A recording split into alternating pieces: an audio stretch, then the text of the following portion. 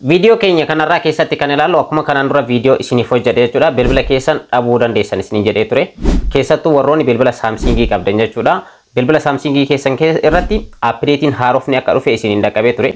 Update kana immoo bilbiloota hunda dhaqqabne ture. Har'a immoo bilbiloota hundayyuu dhaqqabeetiin jira. Warroota support gochuu hin dandeenye, bilbiloota support gochuu hin dandeenyeen alatti hundayyuu dhaqqabeetiin jira jechuudha. Samsung One UI 7 kun Samsung Galaxy One hundarrattiyyuu gallakkifameetiin jira jechuudha. Har'a tokko isaaniitiin update kana bilbiloonni argatan eenyu fa'aadha kan jedhu kaataagooriidhaan ni ilaalla. Kana qofa miti Samsung wanta haarawaa qabatee dhufee jira. Innis maalidha? Samsung One UI 8 illee gallakkifameetiin jira yookaan updatein haarofni kunis gallakkifameetiin jira. Video keenya kanarraa keessatti immoo waa'ee Samsung One UI 8 illee ni ilaalla jechuudha. Gabaabinatti itti aansinee immoo bilbiloonni Samsung One UI 8 kana argachuu danda'an eenyudha kan jedhullee video itti aanu keessatti ni ilaalla. Gabaabinumatti video har'aa keessatti garuu kan ilaallu Samsungin update haarawa One UI 7 gallakkisee jira. Isaan argatan bilbiloota akkamiitiin kan jedhu har'a guutumaan guututti ni ilaalla jechuudha. Keessattuu bilbiloonni warroonni A15 harkaa qabdan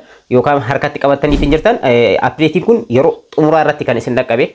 Bilbiloonni hundinuu erga argatanii boodaadha kan argate jechuudha. So bilbilli kan kus A15 dha waan ta'eef update kan akkamitti update gootanii argachuu akka dandeessan gabaabinaan ni ilaalla. Hanga dhumaatti na faana turaadha. Yoyyaa shamaa harka fuunee akkam jirtan dhaggeeffattoonni YouTube channel Soofuma Laapti bakkuma jirtanitti nageenya kan koo kan jaalalaa fi kan kabajaa isin haadha qabachaa video keenya kanarraatti immoo waa'ee bilbila Samsung update haarawaa irraa ni dubbanna. One UI 7 xumurameetiin jira. Bilbila hunda dhaqqabeeti jira. Bilbiloonni hin dhaqqamin warroota support gochuu hin dandeenye qofaadha. So waa'ee isaa irraa har'a ni haasofna. Bilbiloonni update One UI 7 kan argatan eenyu fa'aadha tokko ni ilaalla. Hundi isaaniitu gallakkifamee jira. Kanaafiyyuu gallakkifamu isaa osoo hin taane update kanatti fayyadamaadha. Sababni isaas update haarawas fidee jira jechuudha Samsungin. So Samsungii fi Applein yeroo ammaa kana wal dorgommii irra jiru fakkaatu gabaa dhuunfachuudhaaf. So kanaafiyyuu update kana fidaniitiin jiranii waa'ee update kanarraa ni haasofna hanga dhumaatti na faana turadha.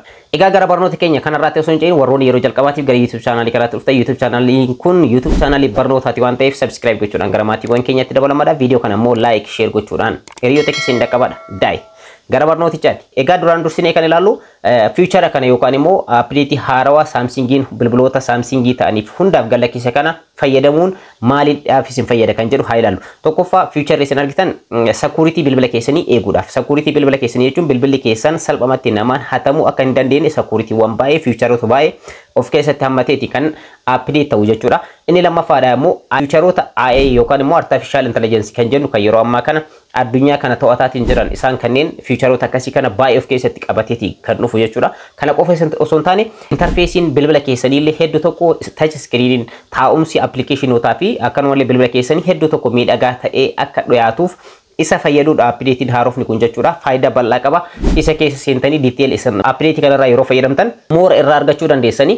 Garuu bilbiloonni hundi isaaniitii warroonni Samsung jechuudha support gochuu danda'an update kana jechuudha hundi isaaniitii argatanii jiranii. Xumura irratti bilbilli argate A15 dha. Warroonni A15 yookaan immoo Samsung A50 harkaa qabdan salphamatti update kana isa argatan kan jedhu gara dhumaa irratti isiniin dhaqqaba. Maaliif bilbilli kan koos isa waan ta'eef akkamitti update gochuu akka dandeessan feature kanallee akkamitti argachuu akka dandeessan kan isiniin dhaqqabu ta'a. San dura garuu warroonni updatein kun isin dhaqqabe kanaan dura suuta jedhaati update godhadhaa isiniin jechaa ture. So amma hundi keessanii update yoo godhatan more filatamaadha. Sababni isaas bilbila hundaafiyyuu akka ta'u Samsungin adda baafateetiin kan gallakkise feature haarawaa yookaan immoo One UI 8 kana jechuudha. One UI 8 kun gallakkifameeti jira. Bilbiloota baay'ee irratti bilbiloonni kunneen maalidha kan jedhu dhumarratti yeroo video itti aanu keessatti ni ilaalla. Garuu har'a kan isinitti agarsiisuudhaaf deemu bilbiloonni One UI 7 argatan yookaan immoo update kana argatan eenyudha kan jedhu gosa gosaan haa ilaallu. Hanga dhumatti ammas na faana tura.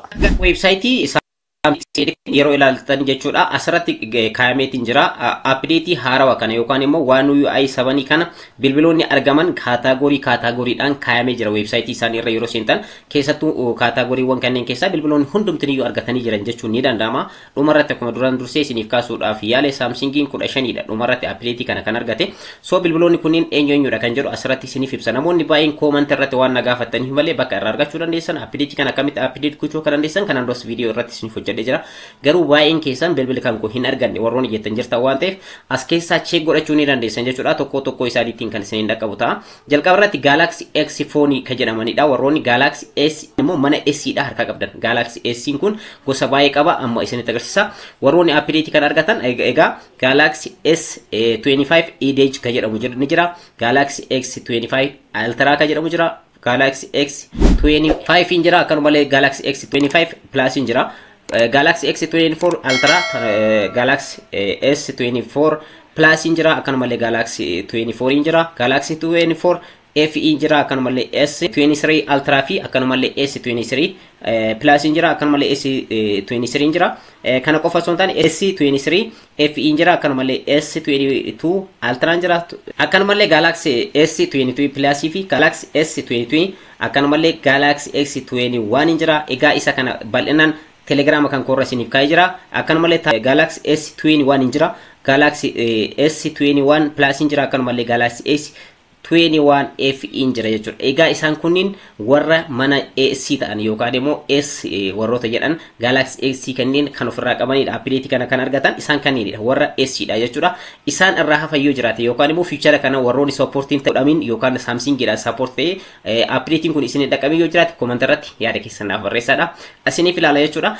Gama biraatti yeroo jennu Galaxy Z phones dha. Z mana Z dha. Galaxy ta'ee mana Z dha warra harkaa qabdan jechuudha. Isaanis ni ilaala jechuudha. Egaa mana Z dha. Bilbiloota muraasaadha Samsungiin kan oomishee gabaadhaaf dhiyeesse isaan keessaa kan update kan argatan Z Fold 6 kan jedhamu ni jira. Akkanumallee Z Fold 5 in jira. Akkanumallee Z Flip 5 in jira. Z Fold 4 in jira. Akkanumallee Z Flip 4 in akkanumallee Z Fold 3 in jira. Akkanumallee Z Flip 3 in jira jechuudha. Egaa isaan kanneen kan update kan argatan Galaxy kan ta'an jechuudha. Z dha. Mana Z dha kan jiranidha jechuudha. Egaa isaan kunniin kan argatanidha. Isaan biraa immoo Galaxy tabletii warroonni ta'an tabletiidhaan Galaxy tabletiidhaan fi akkanumallee touchidhaan kan oomishanii jira jechuudha. So isaan keessaa immoo baay'inaan argatanii jiran isaan tabletiidhaan warroonni oomishaman baay'inni isaanii feature kan argatanii jiran hundumtuu jechuun ni danda'ama. Akka tasaa ta'e garuu kan hafe yoo jiraate comment irratti naaf barreessaa. Check ni goona jechuudha. Karaa commentiitiin achumatti isiniif deebisa jechuudha. So warroonni Tab S tabletis jedhaman kunniin immoo warroonni argatan jechuudha. Tab S10 Ultra argatee jira. Akkanumallee Tab S10 Plus in argatee jira. Tab S10 FE Plus in argatee jira. Akkanumallee Tab S10 FE argatee jira. Tab S9 Ultra argatee jira. Tab S9 Plus in akkanumallee Tab S9 FE argatee jira. Akkanumallee Tab S9 FE Plus in argatee jira. Tab S8 Ultra akkanumallee Tab S8 Plus in argatee jira. Akkanumallee Tab S18 argatee jira jechuudha. Egaa tabletiiwwan warroota ta'an mana S keessaa warroonni argatan isaan kanadha jechuudha.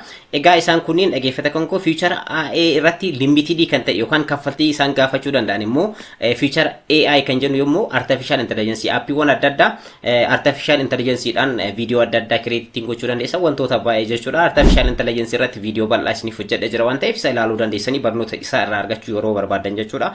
So feature kana garuu irratti limited ta'uu danda'a kan jedhaniin kaa'aman Tab S10 FE dha fi akkanumallee Tab S10 FE Plus dha jechuudha. Isaan kunniin lamaan limited dha yookaan immoo muraasa dhaqqabus dhabuu danda'a wanta jedhamudha kan kaayame jechuudha. Galaxyin Samsungiin kan baase jechuudha. So kaampaaniin Samsungii baay'een keessan ni beektan waan ta'eef jechuudha.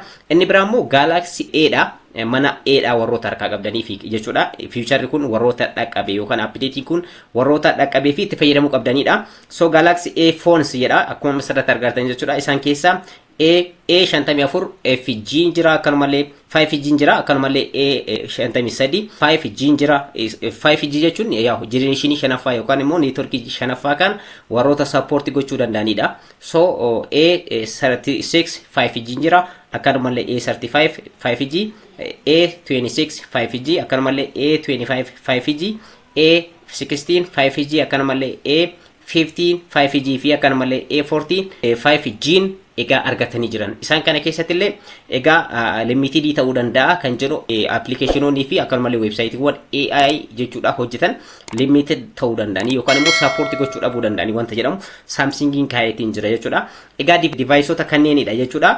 One UI 7 update kana warroonni argatan jechuudha. Isaan kanneen ala kan jiran kan update kan hin argatan yoo jiraate immoo comment jalatti yaada keessanaaf barreessaa achumarratti replay godhee isiniif deebisa jechuudha. Warroonni bilbiloota amma ibsu isiniif ibse kanneen harkaa qabdan immoo update kana guutumaan guututti argataniitiin jirtan jechuudha. Irraa fayyadamuu ni dandeessanii akkamitti immoo update gochuu dandeessan kan jedhu viidiyoo gabaabduu kana keessatti ilaalleetiin walitti deebifnaa. Sababni isaas update gochuun hedduu tokko salphaadha waan ta'eef jechuudha. Bilbilli kan koo A15 dha akkuma duraan dursee isiniif ibse update kan argatee jira. Update kan akkamitti update gootanii install godhachuu akka dandeessan isinitti agarsiisa. Egaa update kan argachuudhaaf gara settingii bilbila keessaniitti ni deemtanii duraan dursitanii gara settingii bilbila keessaniitti ni seentan. Ergasii immoo software update gochuu jechuudhaan asirra search gochuu dandeessanii yookaan immoo kana keessa gasiitanii software update kan jedhu kana keessa seentanii hedduu tokko salphaadha. Ergasii immoo download and install kan jedhu kana click gootanii hedduu tokko salphaadha jechuudha. Akkuma asirratti argattan One UI 7 kana fakkaata jechuudha. Baay'een keessan asirratti argatanii. Egaa isa kanadha jechuudha. Future haarofni egaa Android Vision kan koo isa bilbila kanaa 15 dha dhumarratti argadhe jechuudha. A15 dha bilbilli kun. So isa kana maal gootanii asirratti download gootan jechuudha. Asirratti download gootanii download gootan asirratti isiniif laakka'uu jalqaba jechuudha. Inni kun laakka'ee hanga xumuraatti ni eegdanii ergasii immoo install gochuudhaan egaa future kanatti fayyadamuu dandeessan. Egaa guutumaan guutuutti viidiyoo har'aa keessatti kana ilaala akkaataa ittiin One UI 7 Samsungiin update haarawaa fide kan akkamitti update gootanii akka itti fayyadamtanii fi bilbiloonni immoo gallakkifameef updatein haarofni kun guutumaan guutuutti ilaallee jirra. Akka irraa fayyadamtan immoo abdiin qaba. Gaaffii namoota baay'eetiin viidiyoo kana kan isiniif hojjedhe akka irraa fayyadamtan immoo abdiin qaba. Viidiyoo kan koo kanarraa asirratti xumuree jira. Gammaatti waan wajjin turtaniif hedduu tokko galatoomaa isiniin jedha. Warroonni YouTube chaanaalii kanaaf haarawaa taatan subscribe, like, share gochuu hin irraanfatinaa. Yeroo biraa viidiyoo biraatti walitti deebina. Hangasitti nagaan naa tura.